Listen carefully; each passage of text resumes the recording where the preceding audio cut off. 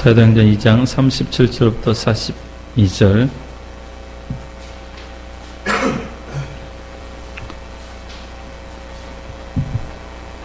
그들이 이 말을 듣고 마음에 찔려 베드로와 다른 사도들에게 물어 이르되, 형제들아, 우리가 어찌할꼬 하거늘. 베드로가 이르되, 너희가 회개하여 각각 예수 그리스도의 이름으로 세례를 받고 죄사함을 받으라. 그리하면 성령의 선물을 받으리니 이 약속은 너희와 너희 자녀와 모든 먼데 사람 곧 주 우리 하나님이 얼마든지 부르시는 자들에게 하신 것이라 하고, 또 여러 말로 확증하며 권하여 이르되, 너희가 이 패역한 세대에서 구원을 받으라 하니 그 말을 받은 사람들은 세례를 받음에 이날에 신도의 수가 3,000이나 더하더라. 그들이 사도의 가르침을 받아 서로 교제하고 떡을 떼며 오로지 기도하기를 힘쓰니라. 아멘. 만나서 반갑습니다.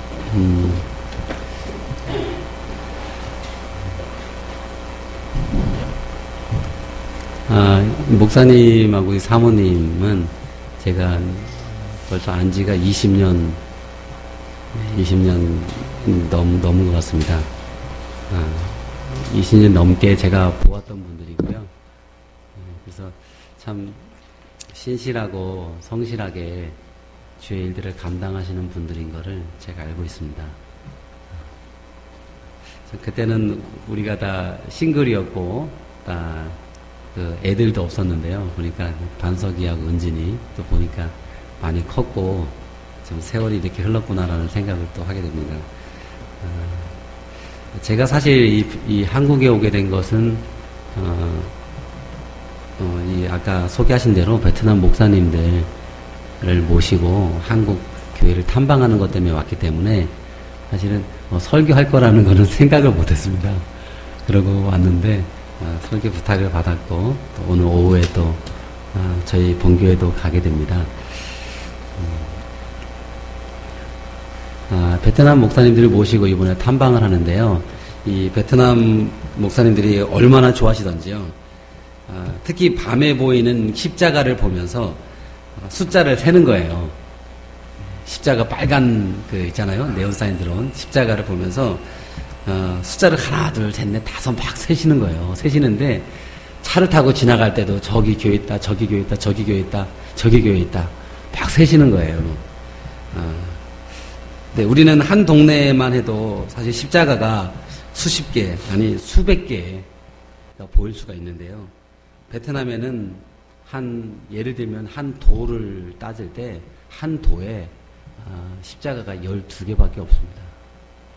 그러니 이분들한테는 이 사회주의인 베트남하고 비교해 볼 때 십자가가 있으니까 너무 좋은 거예요. 너무 행복해 하시고요. 베트남 목사님들이 한국에 오시기 전에 한국 방문을 준비하면서 동영상 하나를 같이 보았습니다.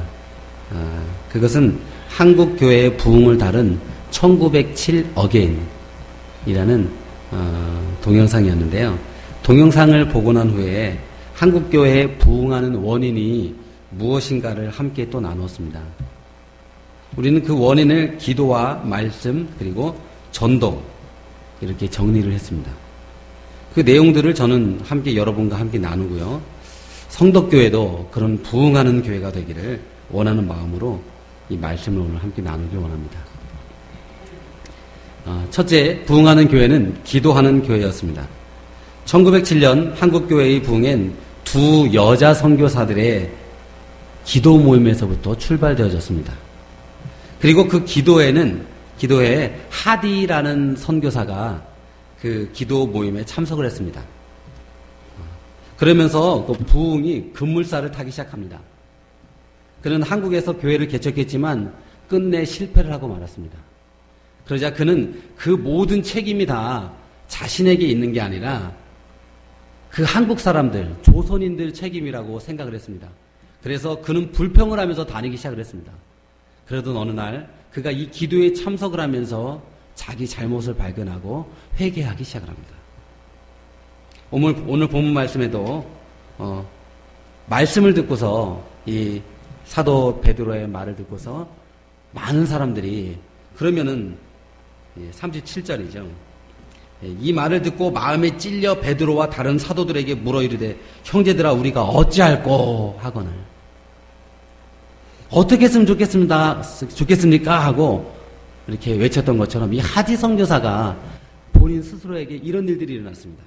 그러면서 이 하디 선교사가 막 울면서 외치면서 회개하기 시작을 했습니다. 이 회개의 역사가 일어나자 많은 교회 사람들이 그 선교사를 주목하기 시작을 했습니다.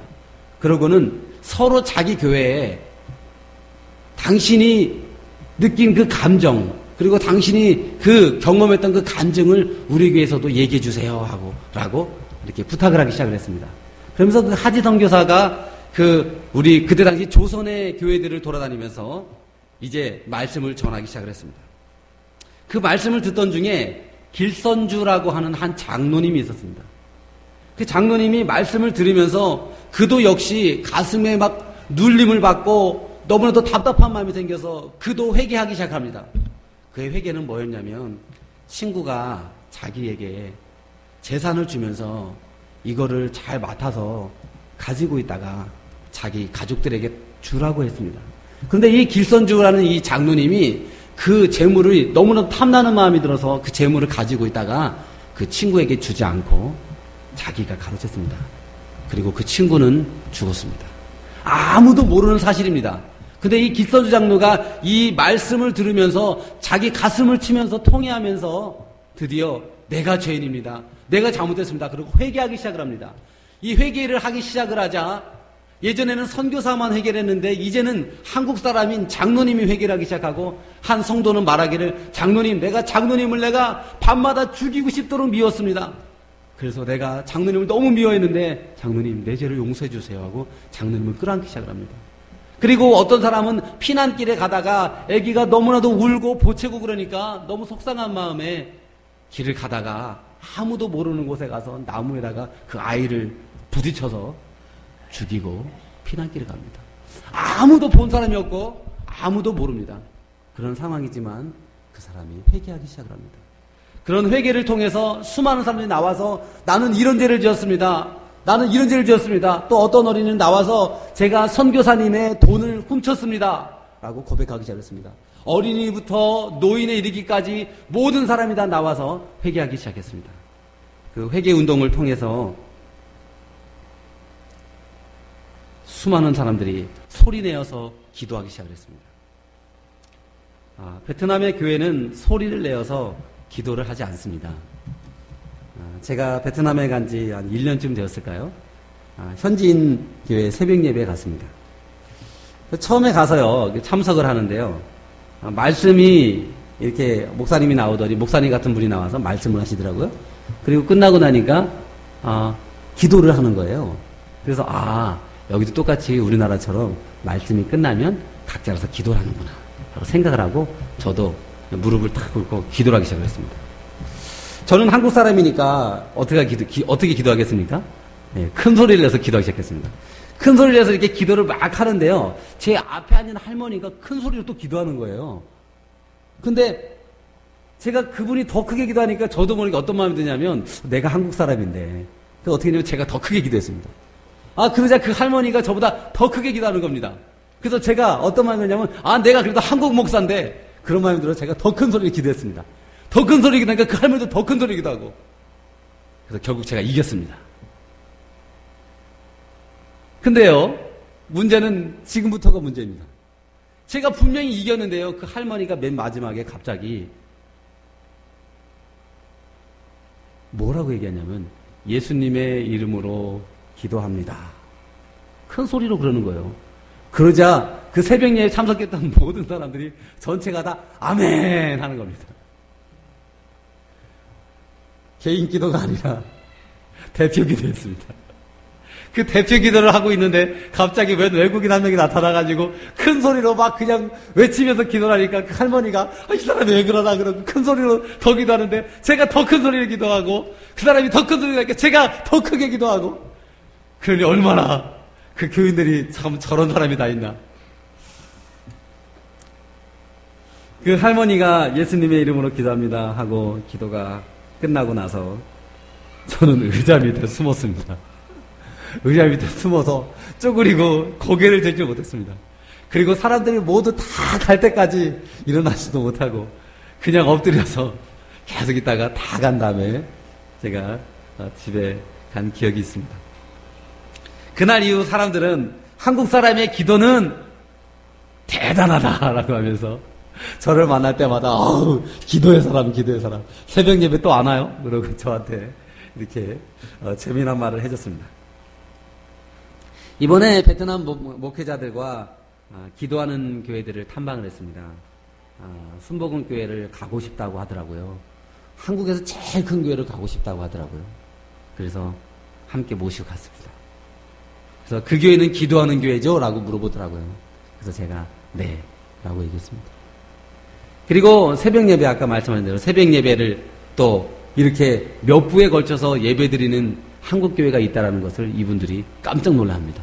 그래서 새벽 예배를 갔습니다.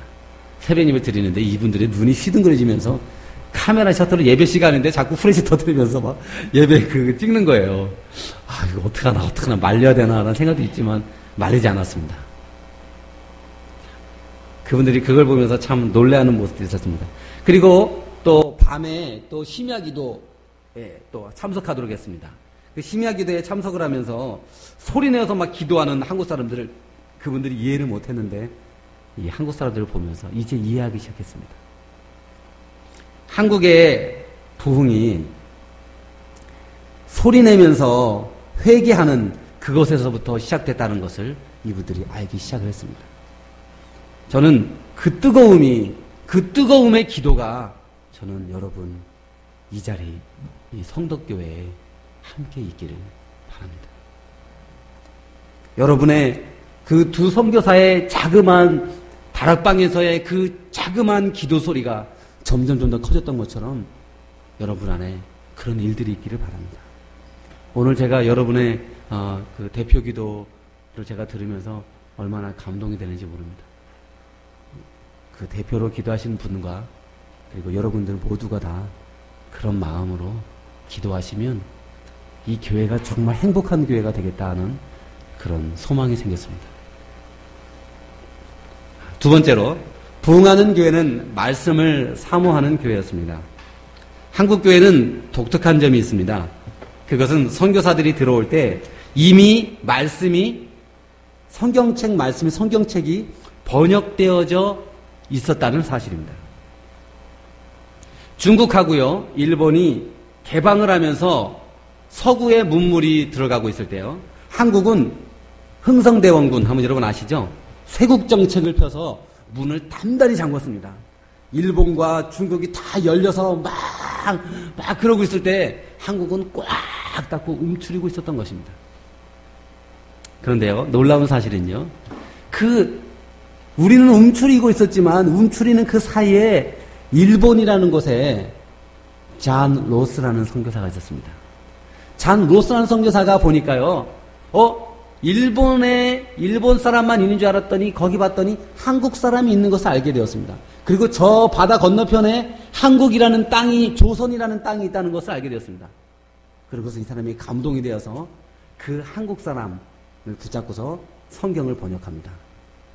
그 성경이 최초의 그 신약 성경 번역입니다.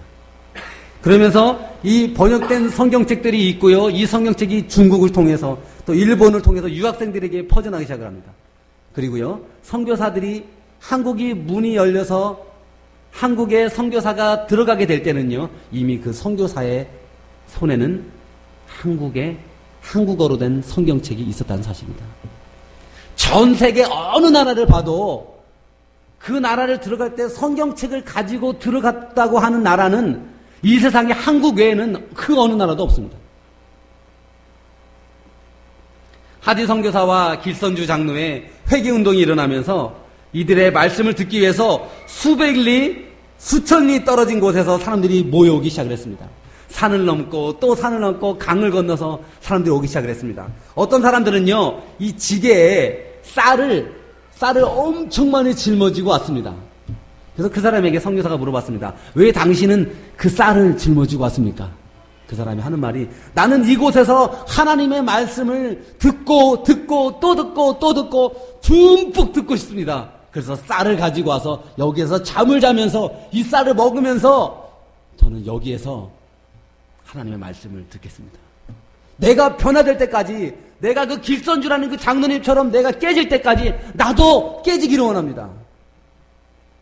그래서 그 사람들이 와서 하나님의 말씀을 너무 사모했던 것입니다. 이로 인해서 말씀이 날로 말씀이 점점 늘어나서 그때 생겨난 것이 말씀 사경의 부흥회가 시작됩니다. 여러분 1970년대와 1980년대 우리나라에 부흥회가 많았죠. 그것의 모체는 바로 1907년 바로 그 이전에 있었던 말씀 사경회부터 출발되어졌던 것입니다. 오늘 본문 말씀 42절에 보시면 그들이 사도의 가르침을 받아 서로 교제하고 떡을 떼며 오로지 기도하기를 힘쓰니라. 서로 교제하고 말씀을 사도의 가르침을 받았다라고 나와 있습니다. 그리고요, 이 성령이 충만해지고 이런 일들이 일어날 때 그 사도 베드로가 이 사람들에게 했던 것은 무엇이냐면 성령 받아라 하면서 외치기만 했던 것이 아닙니다. 말씀을 차근차근 설명합니다. 여러분 14절부터요. 여러분 36절까지 차근차근 말씀을 차근차근 알려줍니다. 그러고 난 이후에 37절 말씀에 이 사람들의 마음이 찔리면서 베드로와 다른 사도들에게 물어 이르되 형제들아 우리가 어찌할꼬 라고 이야기를 하는 것입니다. 이번 일정 중에 베트남 목사님들이 말씀으로 성장하는 교회, 특히 1:1 성경 공부하는 몇 교회들을 방문했습니다. 그중 대전의 새로남 교회라는 곳을 탐방했는데요. 성도의 수가 몇십 명, 처음에 몇십 명밖에 안 되었던 교회였답니다. 그런데 그 교회가요, 엄청 많은 수로 숫자가 늘었습니다. 여러 가지 일들이 있겠지만요. 한 목사님이 지금 현재 사역하고 계시는 그 오 목사님이 그곳에 사료남 교회라는 곳에 오시면서 이분이 했던 것이 무엇이었냐면 다른 것이 없었습니다. 오직 하나, 한 명 한 명 붙잡고 1:1 성경 공부를 했다는 것입니다. 그분이 최고로 존경하는 목사님이 누구냐? 그러면서 저를 지하실로 데려가더라고요. 우리 베트남 모든 목사님들이 다 지하실 따라 내려갔습니다. 지하실에 거기에 커다란 사진이 하나 있었습니다. 누군지 아십니까? 바로 지금은 고인이 되었죠. 사랑의 교회 오카논 목사님이었습니다. 이분이 제일 존경하는 분이 오카논 목사님이래요. 왜냐하면 오카논 목사님 그분이 1:1 성경 공부를 하셨던 분이라는 거예요. 그래서 이분이 이 오카논 목사님 하면은 막 껍벅 죽으신다 그러더라고요. 그리고 돌아가셨지만 크게 사진을 해서 지하에다가 그걸 붙여놨습니다.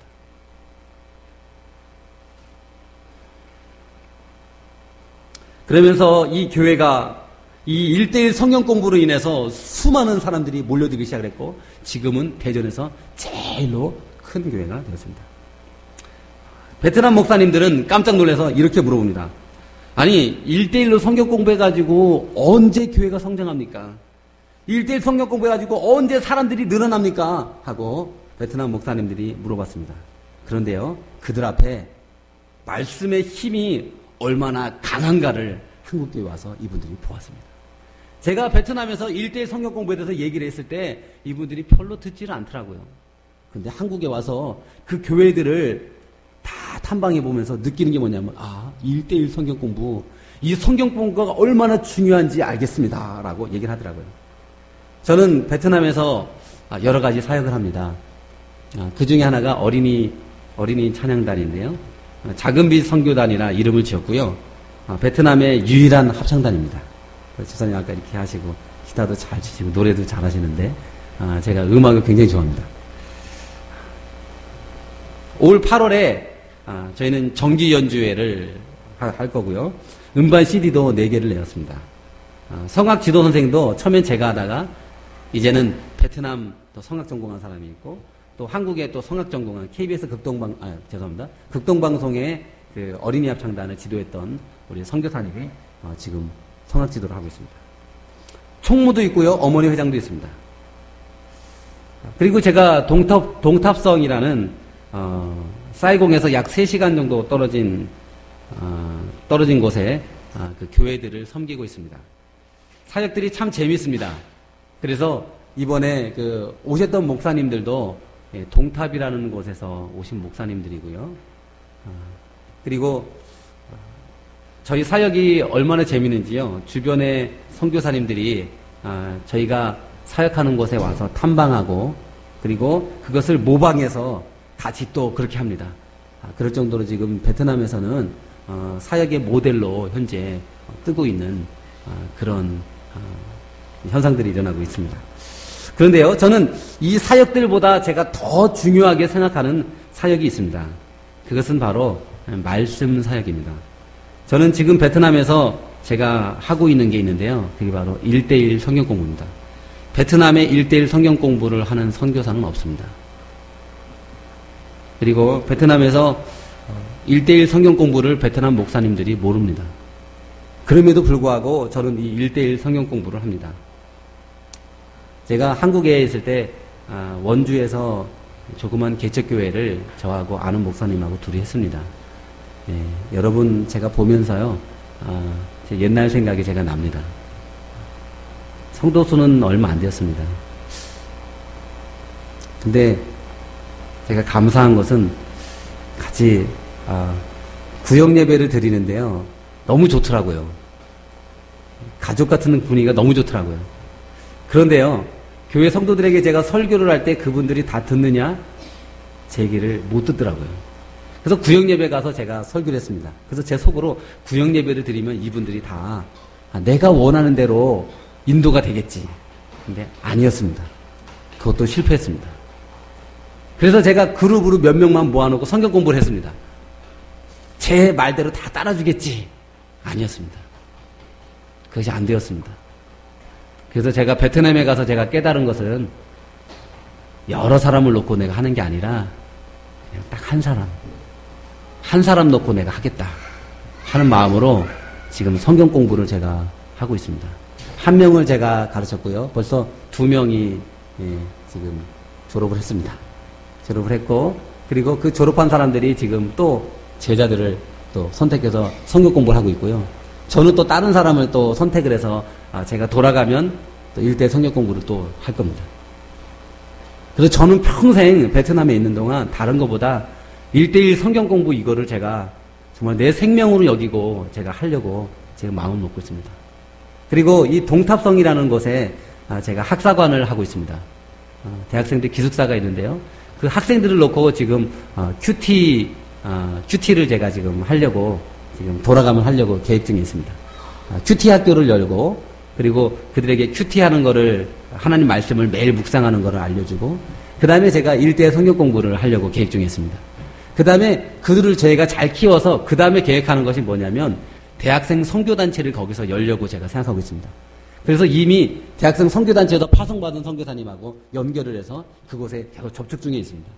그리고 거기에 제가 가고 있는 그 동탑이라는 곳에 대학교가 있는데요. 그 대학교에 제가 장학금을 제가 주려고 지금 벌써 10명 장학금을 제가 지금 모아놨습니다. 그래서 그 대학원에 들어가서 대학생 선교단체를 열려고 합니다. 그런데 이 대학 선교단체에 할 수 있는 첫 번째 요지는 바로 뭐냐면, 시발점은 바로 뭐냐면, 바로 저는 1:1 성경 공부라고 생각합니다. 그래서 자그마하게 제가 하려고 생각을 합니다. 저는 여러분의 교회를 보면서 오늘 제가 찬양하는 거를 보고, 저는 여러분을 잘 모릅니다. 처음 왔습니다. 근데 제가 여러분 교회 와서 제가 느끼는 것은, 찬양을 하면서 느끼는 것은, 저분의 찬양이 참 좋다라는 생각이 들었고요. 기도하시는 분을 제가 얼굴도 모릅니다.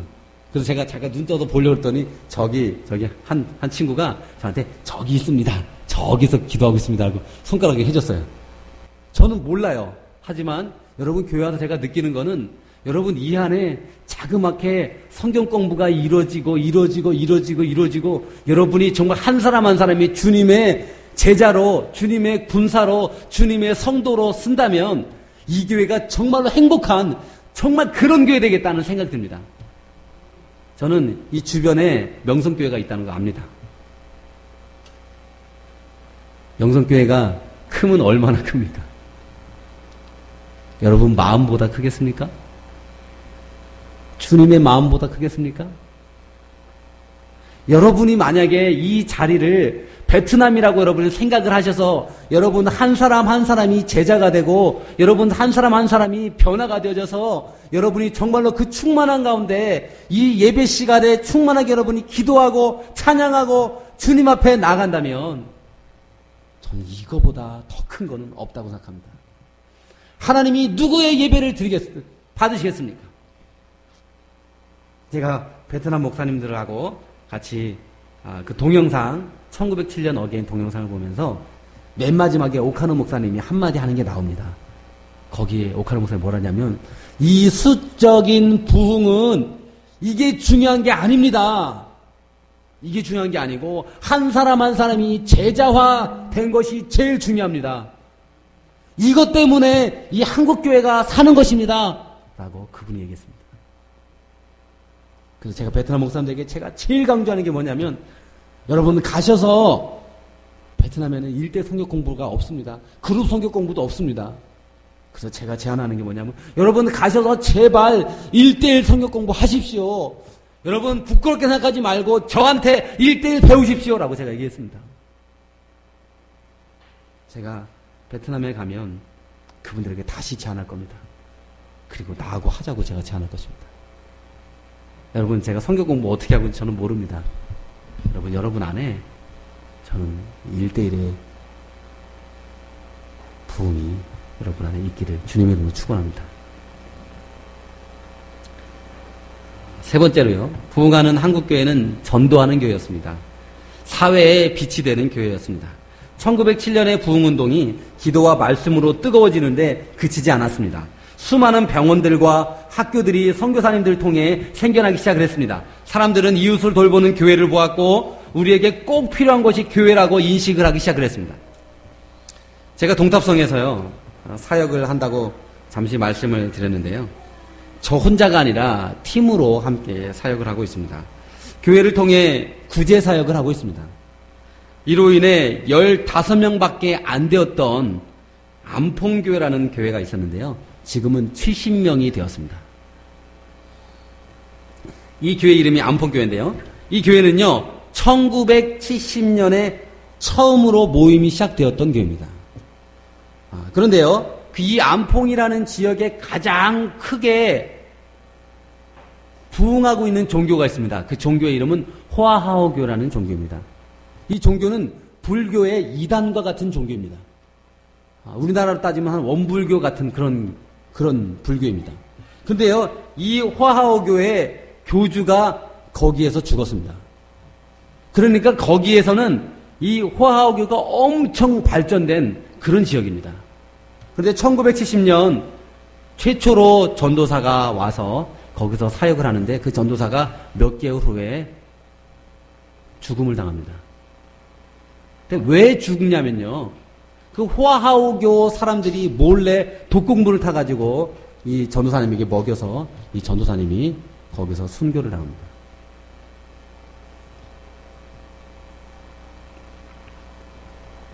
이로 인해서 교회의 사람들이 전도를 하게 되면 교회의 사람들이 오겠습니까? 죽음이 두려워서 오지 않습니다. 모이지 않습니다. 그래서 그때부터 지금까지 교인들이 늘지를 못하고 그냥 몇십 명 선에서 그쳤습니다. 그리고 이 새로운 목사님이 갔을 때 이 교회는 작년이죠. 작년에 새로운 목사님이 왔는데요. 이 목사님이 왔을 때 이미 이 교회는 어린아이가 한 10명 정도 되고요. 성인이 5명 있는, 15명 있는 교회로 되었습니다. 이 목사님이 기가 막혀 했습니다. 그런데 감사한 것은 제가 그 교회 가면서 그리고 또 다른 선교사님하고 같이 제가 가면서 이 교회를 어떻게 하면 부흥시킬 수 있을까 기도하기 시작을 했습니다. 그러다가 한 것이 무엇이었냐면 사랑의 집짓기라는 것을 제가 발견했습니다. 그래서 사랑의 집짓기를 이 교회를 통해서 해야 되는데 어떻게 하면 좋을까? 베트남에는 교회를 통해서 사회사업을 하는 선교사님은 아무도 없습니다. 제가 최초입니다.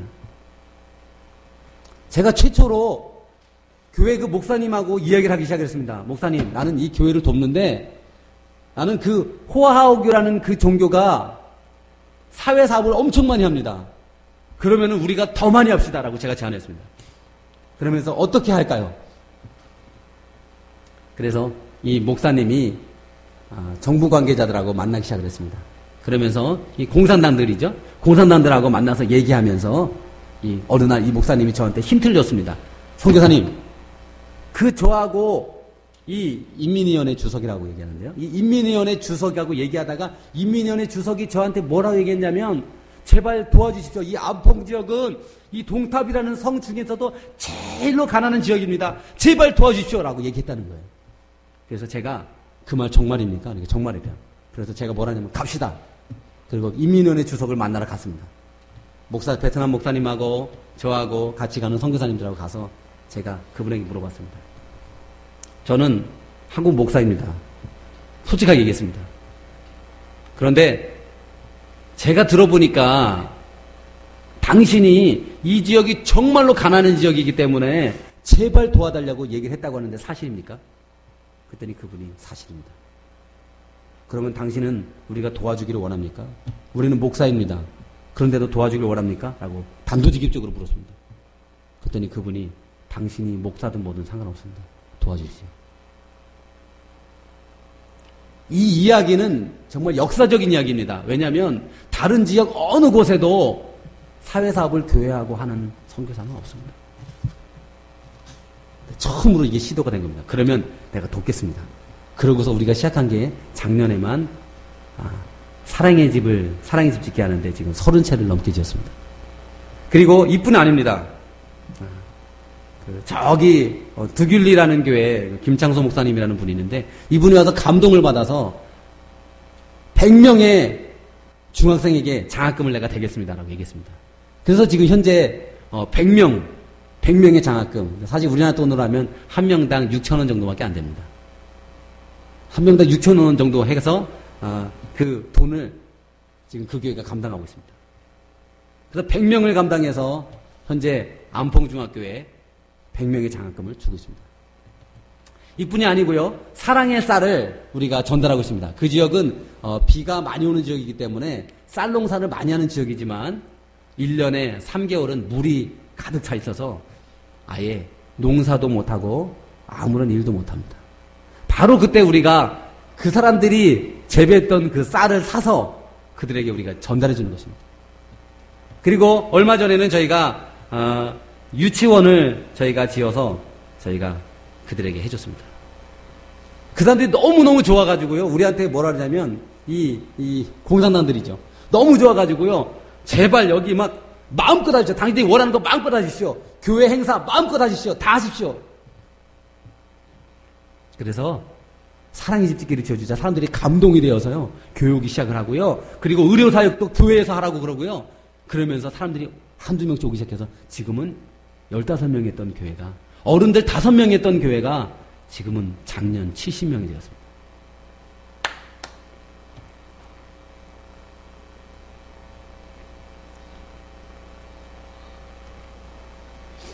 그 사람들이 바로 보는 것은 교회가 무엇을 하는 것인가, 바로 교회는 사랑의 빛을 전달해 주는 곳이구나라는 것을 깨닫기 시작하는 것입니다. 저는요, 여러분의 이 교회가요, 작은 교회 같지만 여러분의 이 수가 결코 작지 않습니다. 여러분 한 분 한 분이 할 수 있는 일들이 엄청 많이 있습니다. 사회에 빛이 되는 일들이 엄청 많이 있습니다. 여러분 하십시오. 이번에 베트남 목사님들을 모시고 양화진이라는 선교사 묘지를 탐방하게 되었습니다. 한 묘지 앞에 서서 인도해 주시는 분이 아펜젤러 선교사님에 대해서 이야기를 했습니다. 어느 날 이 아펜젤러 선교사님이 목포에 갔다가 한 여인이 물에 빠진 것을 보았습니다. 물에 빠져서 허우적허우적거리자 이 아펜젤러 목사님이, 이 선교사님이 가서 그 사람을 구하기 위해서 물에 첨벙 뛰어듭니다. 첨벙 뛰어들어서 수영을 해서 그 사람을 겨우겨우 살려줍니다. 그러고 나서 자신은 힘이 다 빠져서 그만 자신은 물속에 익사해 죽고 맙니다. 이 이야기를 하는 순간에 이 베트남 이 목사님들이 그 얘기를 듣고 있다가 갑자기 울음을 벌컥 퍼뜨리기 시작했습니다. 6분 중에 5분이 울기 시작했습니다. 그러더니 눈이 빨개지더니 눈물이 나오더니 눈이 붓기 시작했습니다. 그런데 한 분이 유독하게 팔짱을 다 끼고 유독하게 무심코 쳐다보고만 있는 것입니다. 그래서 제가 저분이 왜 그럴까 그러고 제가 농담 삼아서 그분을 제가 툭 치면서 그분 이름이 끼라는 목사님이거든요. 끼 목사님. 아니 왜 지금 딴 분은 다 울고 있는데 목사님은 좀 여기 오니까 좀 어떻습니까?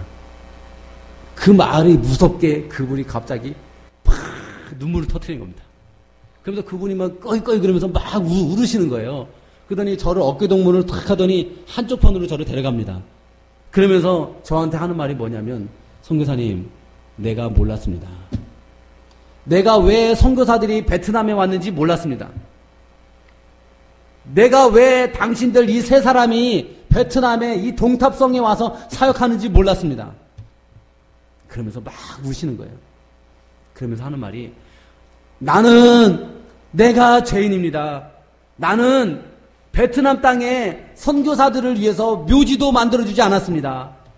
우리 베트남 목사들은 선교사들을 위해 묘지를 만들지 않았습니다. 그리고 그들을 위해서 꽃도 주지 않았습니다. 그들에게 아무것도 해주지 않았습니다. 그런데 여러분은 여기에 선교사들을 위해서 묘지를 해주고 그리고 꽃다발을 놓아줬습니다. 내가 죄인입니다. 그러면서 막 울기 시작을 했습니다. 그러면서 하는 말이 선교사님 내가 지금 말한 거를 잊지 말아주세요 라고 하더라고요. 그리고 저녁이 됐습니다. 저녁에 저한테 끼 목사님이 저한테 얘기했습니다. 선교사님 내가 말한 거 기억하죠? 그래서 저는 잊어버렸습니다. 뭐요? 그랬더니 그분이 하는 말이 내가 오전에 여러분들은 꽃과 무덤을 줬지만 난 아무것도 못 줬다고 한 말 기억하시죠? 내가 알겠습니다. 그다음 아침이 되었습니다. 그다음 아침 식사를 하는데 그분이 저한테 또 하는 말이 내가 한 말 기억하죠? 예수님이 베드로에게 3번 물으셨을 때 그 베드로가 얼마나 그랬을까라는 생각이 제가 그때 느껴졌습니다. 3번씩 얘기하니까 뭔가 의미심장해지는 거예요. 그러면서 저도 모르게 어떤 마음이 들었냐면 이분이 그거를 기억하도록 내가 얘기를 다시 해달라는 얘기구나. 그분이 어떻게 할지는 모르겠습니다. 그거를 통해서 제가 느낀 것은 정말로 교회는 자신의 온몸을 들여서 생명을 들여서 사회에 빛이 되는 사람이 돼야 되는 거구나. 그리고 심지어는 아펜젤로 선교사님처럼 목숨을 바쳐서 현지인들을 위해서 이 선교사가 죽어야 되는 것이구나 라는 것을 깨달았습니다. 말씀을 맺겠습니다. 이번 베트남 목회자들의 한국교회 탐방을 하면서 1907년 부흥을 통해서 부흥하는 교회는 자신의 모습을 보고 회개하며 울부짖는 그런 기도를 시작하는 그런 교회임을 알게 되었습니다. 두 번째로 말씀에 사모하여서 그 말씀을 듣고서 자기 가슴을 치며 나아가는, 그리고 말씀이 내 안에 온전히 젖어들기까지 내가 말씀에 빠져드는 그런 교회임을 알게 되었습니다. 세 번째로 그런 기도와 말씀을 듣고서 나아가서 세상에 빛이 되는, 나아가 하나님을 모르는 이국 땅에 나가서 그리스도의 빛을 전하는 그런 교회. 여러분의 성덕교회 작지만 저한테 후원해 주시는 것이 얼마나 귀한지 모릅니다. 바로 여러분과 같은 교회, 그런 교회가 부흥하는 교회, 그런 교회가 되기를 주님의 이름으로 축원합니다. 기도하겠습니다.